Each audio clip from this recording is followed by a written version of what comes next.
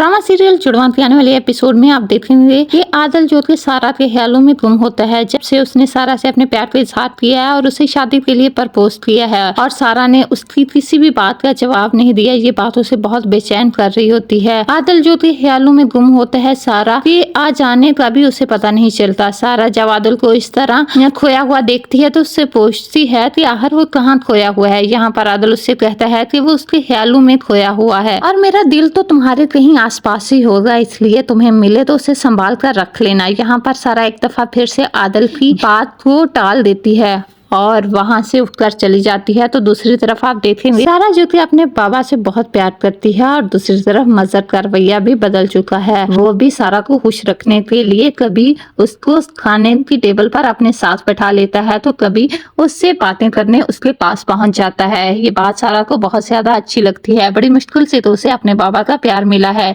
इसलिए वो अपने बाबा के लिए गिफ्ट लाती है और उसे इस बात का एहसास दिलाती है कि आज तक उन्होंने उसके लिए बहुत कुछ किया, इसलिए वो ये गिफ्ट उनके लिए लाई है। मजहर जिसे अभी तक ये पछतावा है कि उसने अपनी बेटी को कभी भी तवज्जो नहीं दी और उससे प्यार नहीं किया, लेकिन अब वो सारा को हर वो खुशी देना चाहता है जो वो उसे बचपन से नहीं दे सका। तो दूसरी तरफ सारा में अब इतनी हिम्मत आ चुकी है कि ना वो अपनी पुप्पो से डरती है ना ही उसकी बेटियों से। सारा के सामने जब उसकी पुप्पो की छोटी बेटी उसे ये बात सुनाती है कि उसकी माँ बात कर चली गई थी तो ये बात सारा से बिल्कुल भी बर्दाश्त नहीं होती। अगर ज़ारा की जगह सारा होती तो हो सकता है वो ये बात बर्दाश्त भी कर लेती, लेकिन यहाँ पर ज़ारा है जो हर सूरत इनका जवाब पत्थर से देना जानती है, इसलिए वो उसके गले पड़ जाती है और उसे कहती है कि उसकी हिम्मत कैसे हुई उसकी माँ के बारे में ये बात करने की। अगर दोबारा तुमने ऐसी बात की तुम बोल क्या सुन भी नहीं सकोगी। यहाँ पर रक्षी उसे समझाती है